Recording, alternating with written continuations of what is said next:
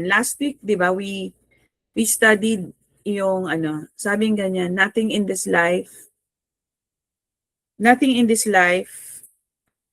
life is to be feared. It is only to be understood. Now is the time to understand more so that we may fear less. So parang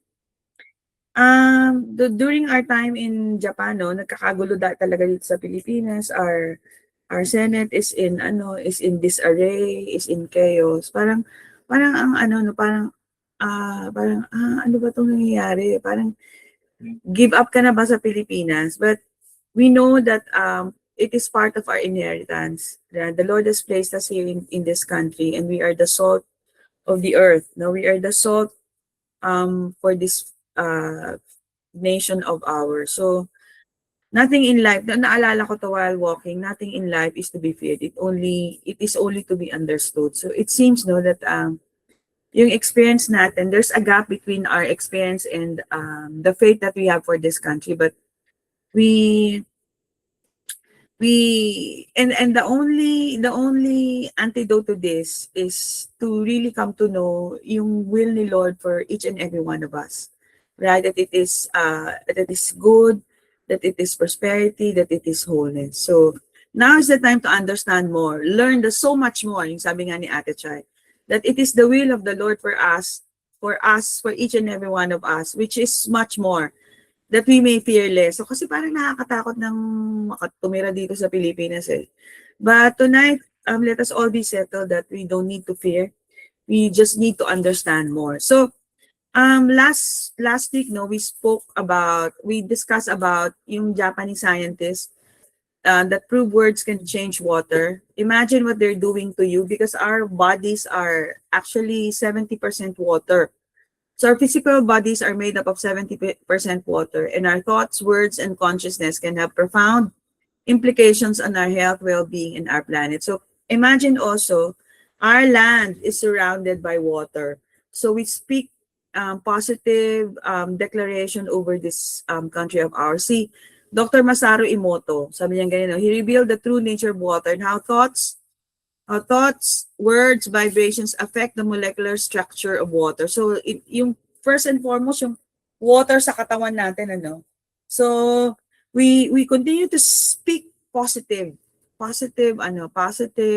declarations over our body. So, yun? By His stripes, you are healed. That is why sabi ni Lord, no? That's why, connect siya talaga eh.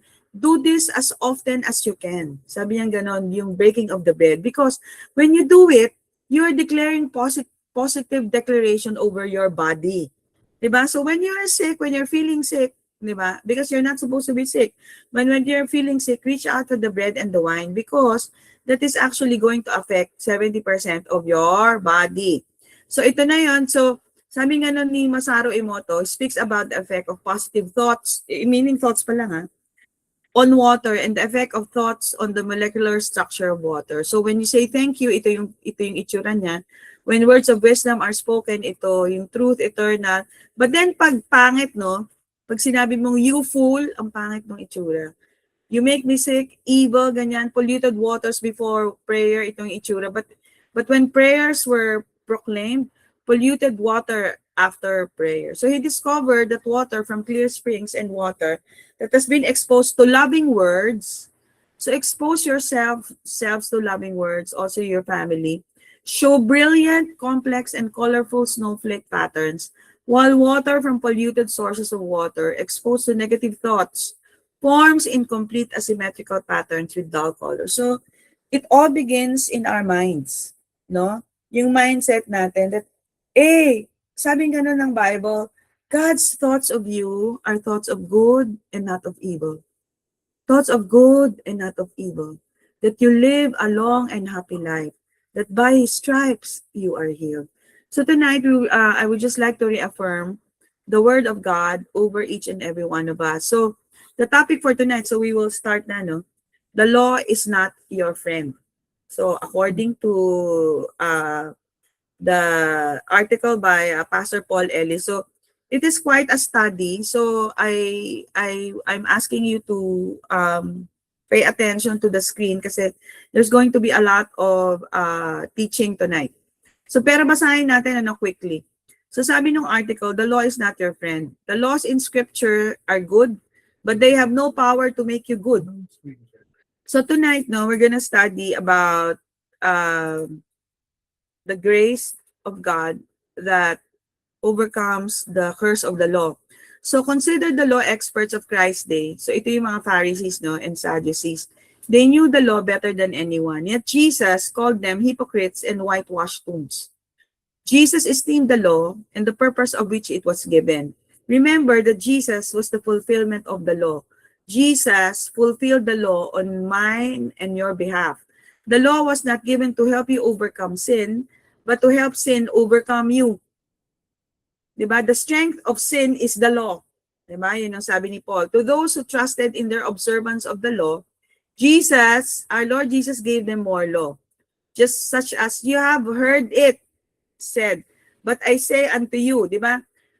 Hindi, sabi ni Lord, when you look at a woman at a certain way, diba, it is already adultery. Pero yung sinasabi sa Ten Commandments is that when you commit adultery via sex outside marriage. But sabi ni Lord, kung yung talagang gusto mong i-achieve yung law, it's another level altogether. Anyway, so they were like gym junkies admiring their moral muscle in the mirror of the law until Jesus added 10 tons of weight and said, press this. In the Sermon on the Mount, Jesus said, unless your righteousness surpasses that of the teachers of the law, you will not enter the kingdom of heaven. In the Sermon of the Mount, Jesus said, unless your righteousness surpasses the teachers of the law, you will not enter the kingdom of heaven. This is bad news that paves the way for the good news. Bad news that paves the way for the good news. The righteousness we all need comes to us as a free gift paid for by our Lord Jesus Christ. Jesus has done the heavy lifting and you don't need to press a thing. The choice is very clear. You can trust in your observance of the law or you can trust in Christ. The law ministers death, but Jesus gives life. The law condemns, Jesus justifies. The law is not your friend, but Jesus is the friend you've got. So the power of the sin is the law in 1 Corinthians 15:56. So before we go into the meat of the study, I would just like to give to you this. This is from a New Zealand prayer book.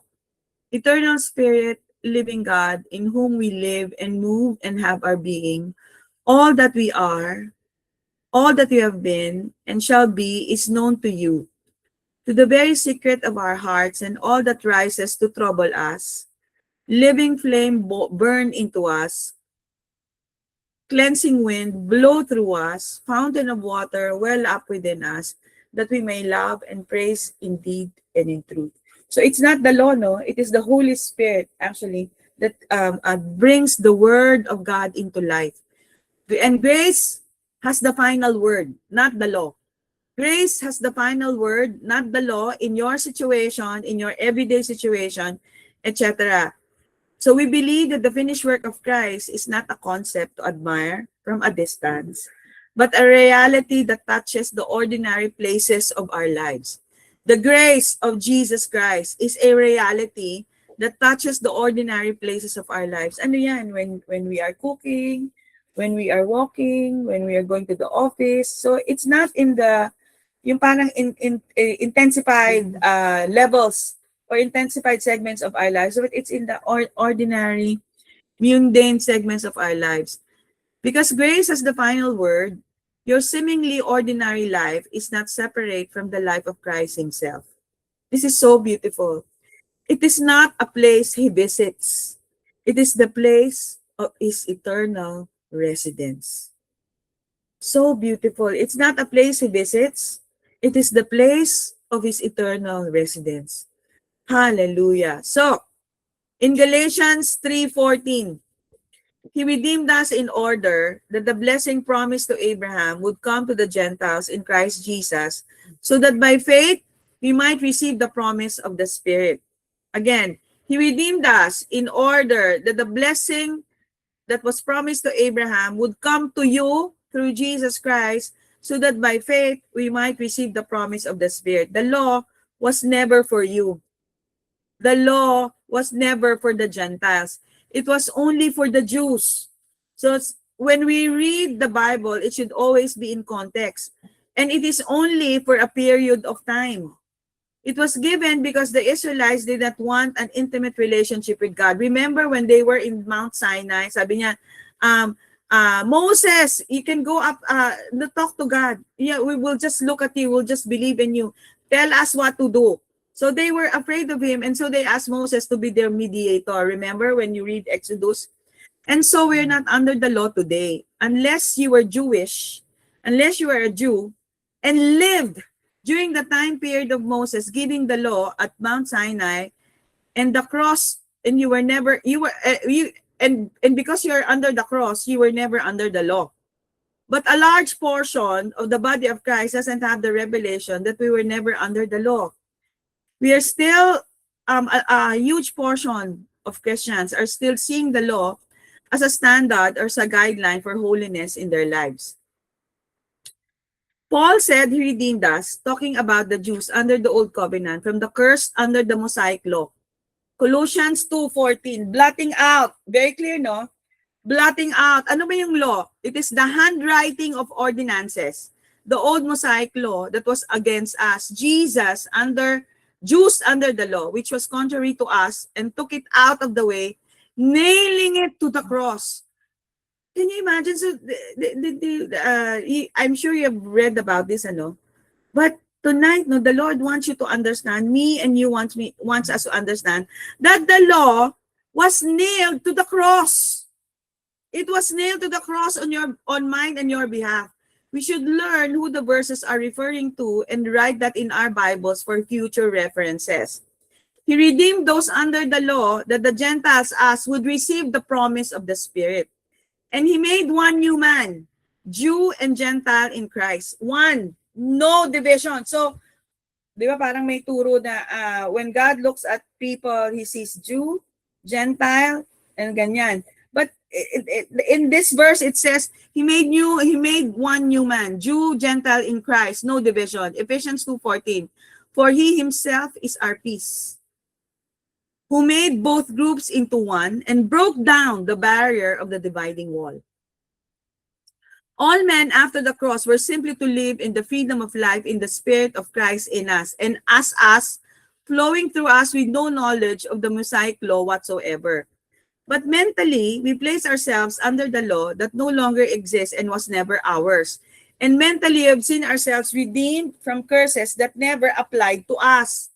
Oftentimes, you will hear this, the Old Covenant Mosaic Law is still binding in our lives today, and it is our standard for holiness. So maraming nagsasabing teachers na ganyan, ano? No, the Old Covenant, the Mosaic Law is still binding in our lives, and it is our standard for holiness. Of course, the nation, di ba, may law and order, right? Kasi yung mga hindi nakakaintindi, kailangan talaga niyan. But it is not the standard of holiness.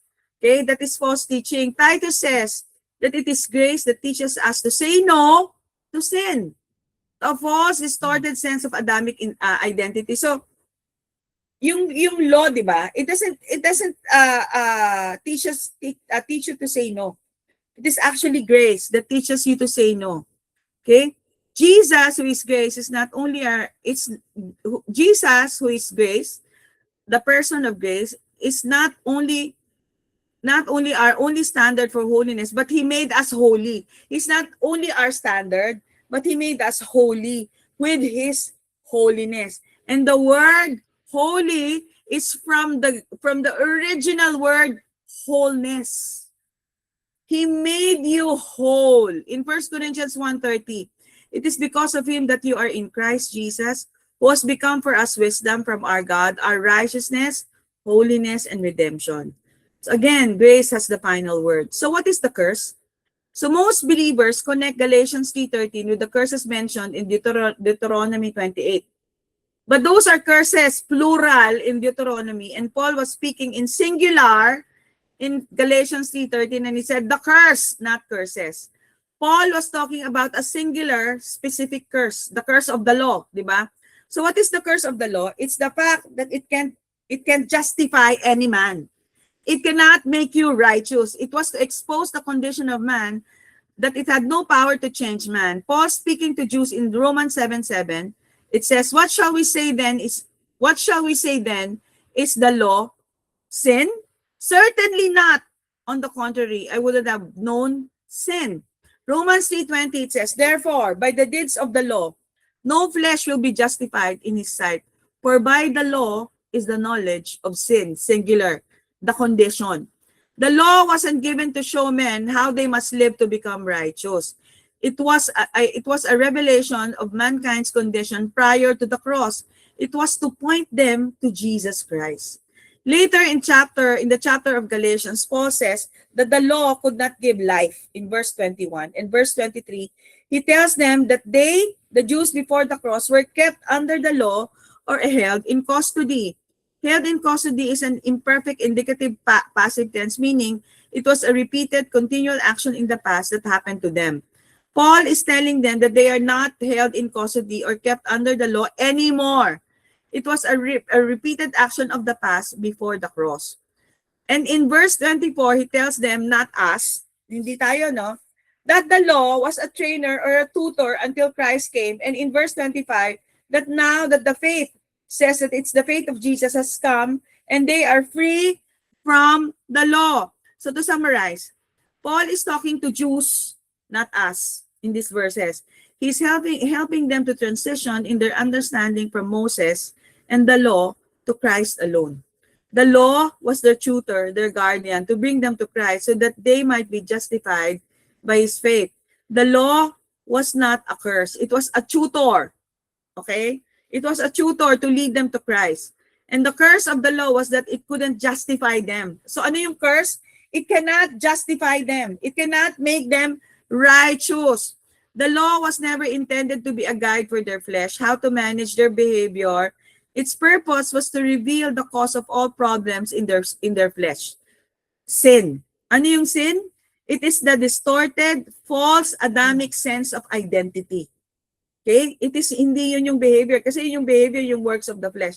That's why we've been telling each other from the very beginning, diba? From this book study, that that diseases is not of biological origin.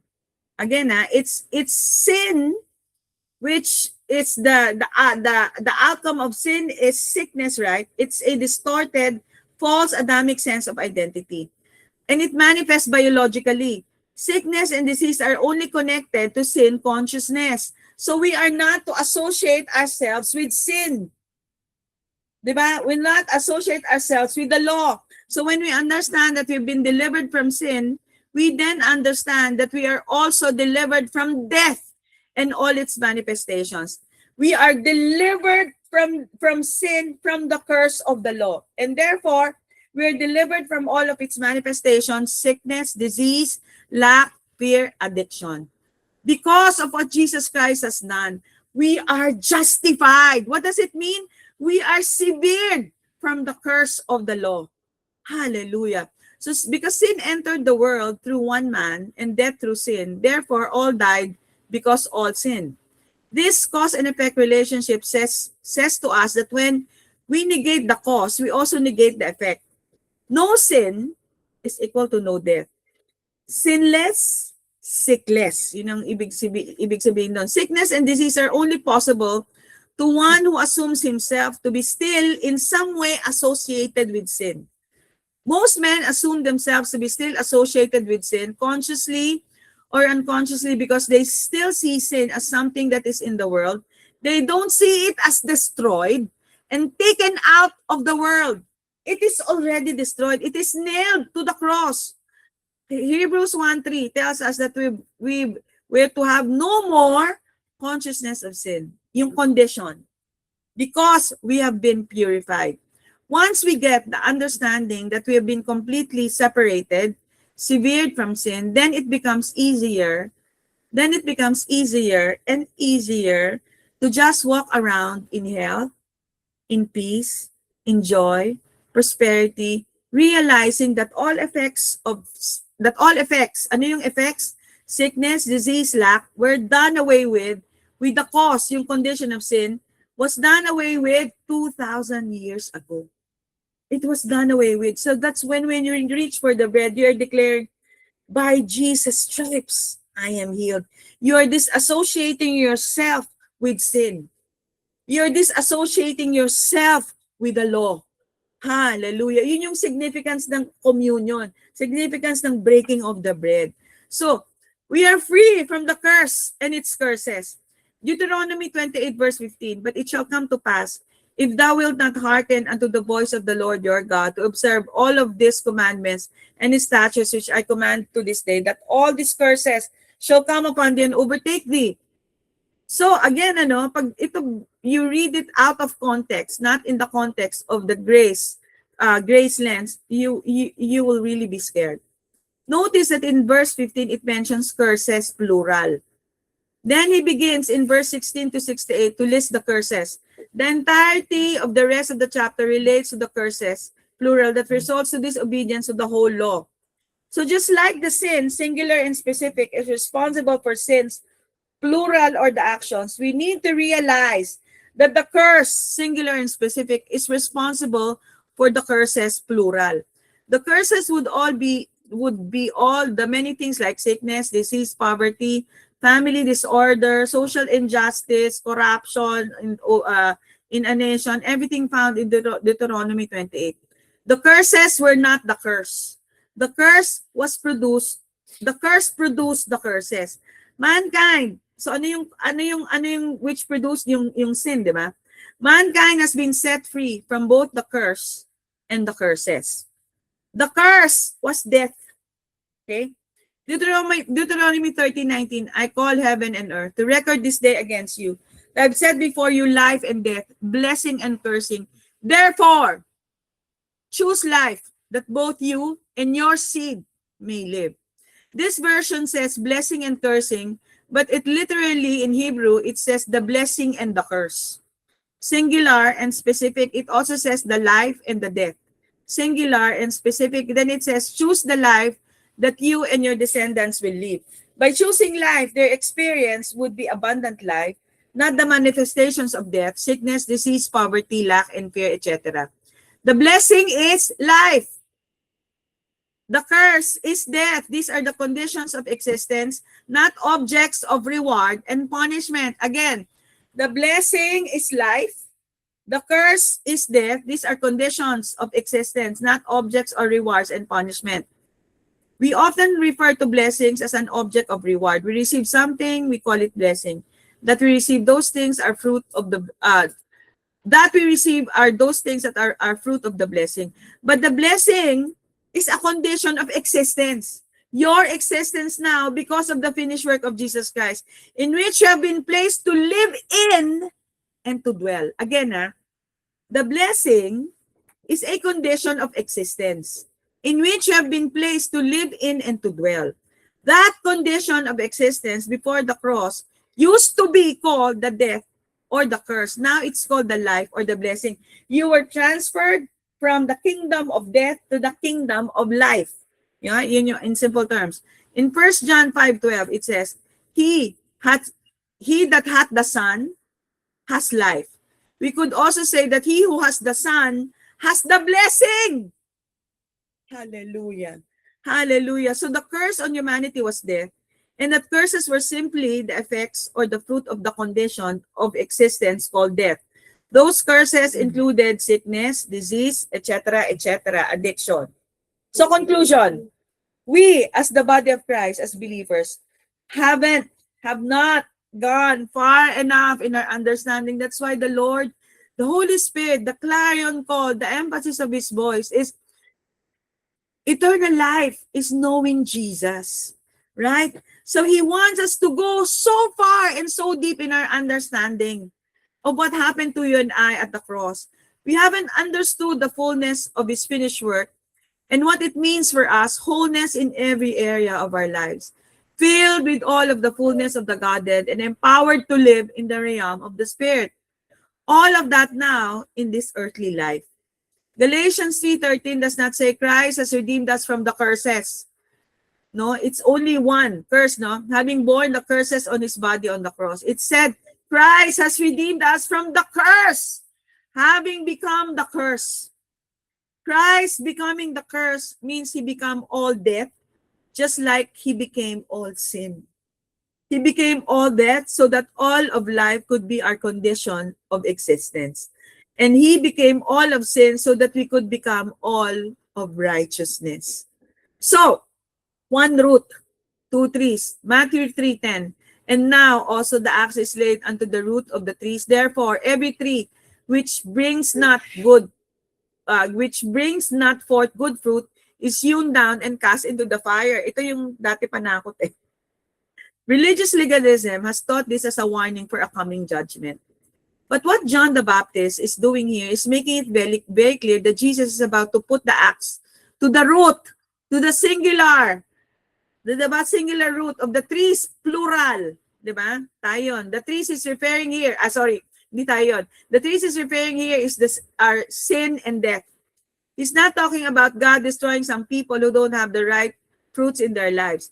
This is talking about Jesus going right to the roots, right to the source. Notice it says, even now that the axe is laid to the root, singular, of the trees, plural. What do we know? We know that sin is the real root. Romans 5:12, it says that sin entered the world through one man, and then death through the sin. So in other words, death is one of those that grows out of the root and extracts all of our growth potential out of the root of the original. And if it's not pruned off, it becomes a second tree. And that's exactly what happened. Sin sprang up and death grew right out of the root into a second tree. Jesus came to put axe to the single root of those two trees. Notice also, every tree which does not bear fruit is cut down and thrown into the fire. Fruit cannot survive without the tree. And if sin is destroyed, then there is no longer a source of sins. Where do sins, plural, behavior that flows out of false distorted identity come from? It's from the root, which is sin. Sin is false identity. False distorted identity of your Adamic identity, no? So if the thing is cut off at the root, then there's no longer remains a source to produce the fruits. And if the curse has been destroyed, then you've inherited a life with no tendencies toward that curses, such as sickness, etc., etc. So we're saying, so when you're saying I'm always getting sick, that's because you haven't understood and fully embraced yet the freedom you have. Gently the Holy Spirit is telling us tonight, no?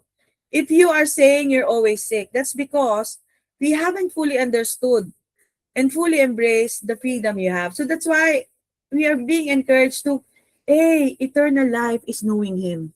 Everything in life needs to be understood. There's no need for fear. Sabi nga ni Marie Curie. The curse is broken for all men. Jesus became the curse for all the world. There's no curse. He became the curse and took all the curses upon himself. They died with him and stayed in the grave. Jesus completely paid the required penalty of the law, and he became the curse and freed mankind from the curses.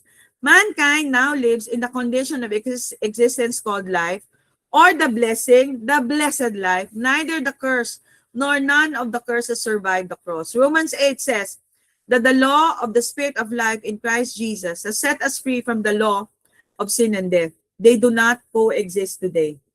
They do not coexist. The law of the Spirit of life in Christ Jesus and the law of sin and death, they don't coexist. As for the blessings, we won't look at Deuteronomy, but rather some New Testament scripture. So let's be encouraged to study and find out more. Ephesians 1:3, it says, "Blessed be the God and Father of our Lord Jesus Christ, who has blessed us with all spiritual blessings in heavenly places in Christ." Every spiritual blessing in heaven is ours in Christ. 2 Peter 1:3, according as his divine power has given unto us all things that pertain unto life and godliness, through the knowledge of him that has called us to glory and virtue. Everything we ever need in life and godly living has already been given to us. It comes, very important. It comes through the knowledge of him. It comes through, the knowledge of him that has called us to glory and virtue.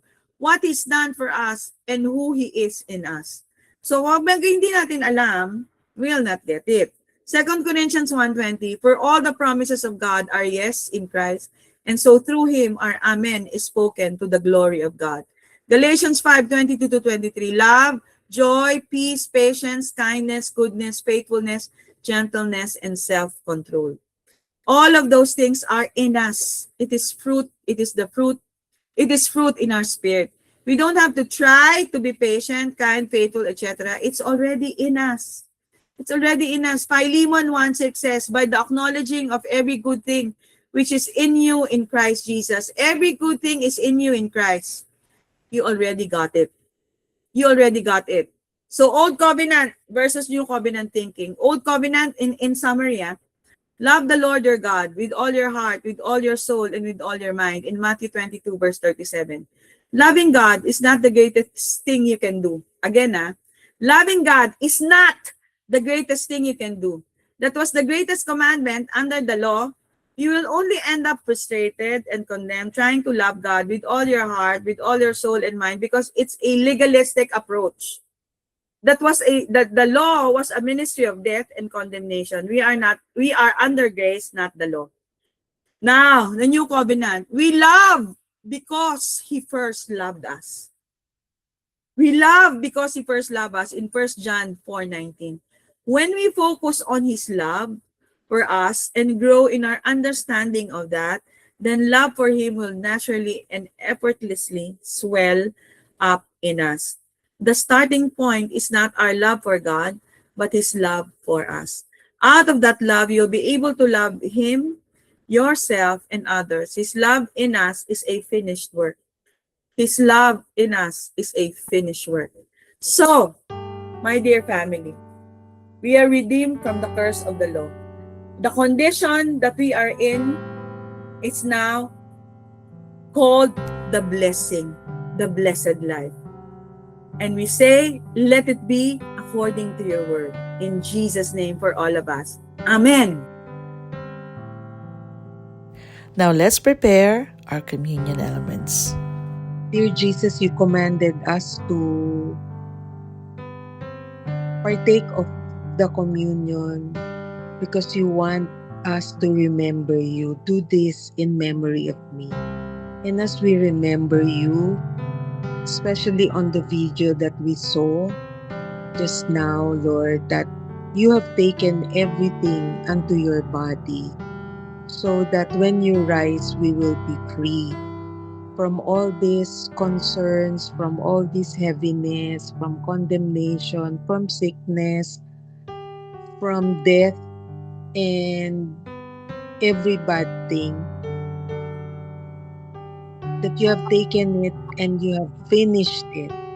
And as you rose, Lord, we thank you that we also rose with you, that as we remember this exchange, Father, as we remember this exchange, Jesus, we thank you from the bottom of our hearts, how by partaking of the bread, we partake also of the wholeness, we partake of everything that is abundantly given to us, that is wholeheartedly and with your good pleasure to give us your kingdom so that we can reign, so we can enjoy life to the fullest because this is your life that we are living. This is heaven on earth, that you are not far off. It is not in the future, but it is in the now. And thank you that you want us to enjoy so much more that we can ask or think. So thank you, Jesus, for your body. And as we partake, we remember that we also will benefit from from how you have triumphed over death and everything that is bad, so that we can enjoy this new life, this newness of life that you have given us. Thank you, Jesus.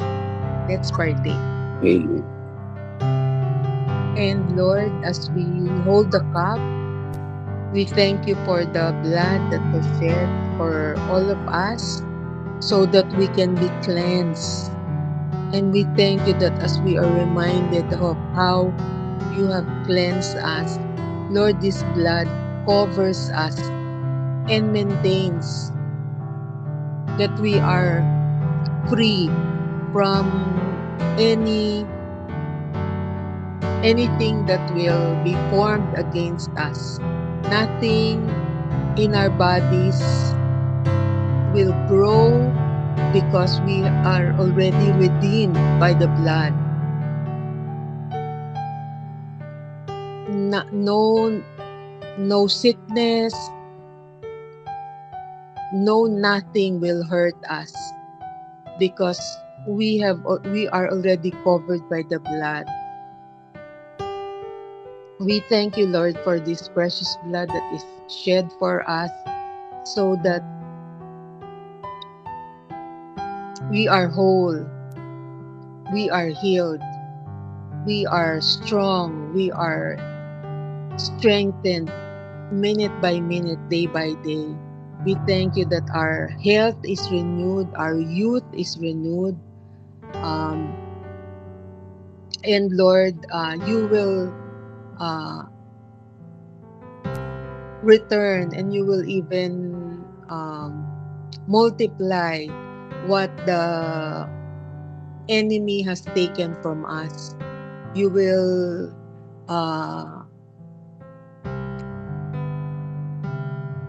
resurrect what we have lost, what we have been frustrated about, because Lord, the blood that was shed for us gave us life and gave us protection. We thank you for this. And as we partake, Lord, we partake of this wholeness, of this, all the wonderful blessings that you have prepared and that is ready for us for the taking. We bless you, Father. We bless you, Jesus.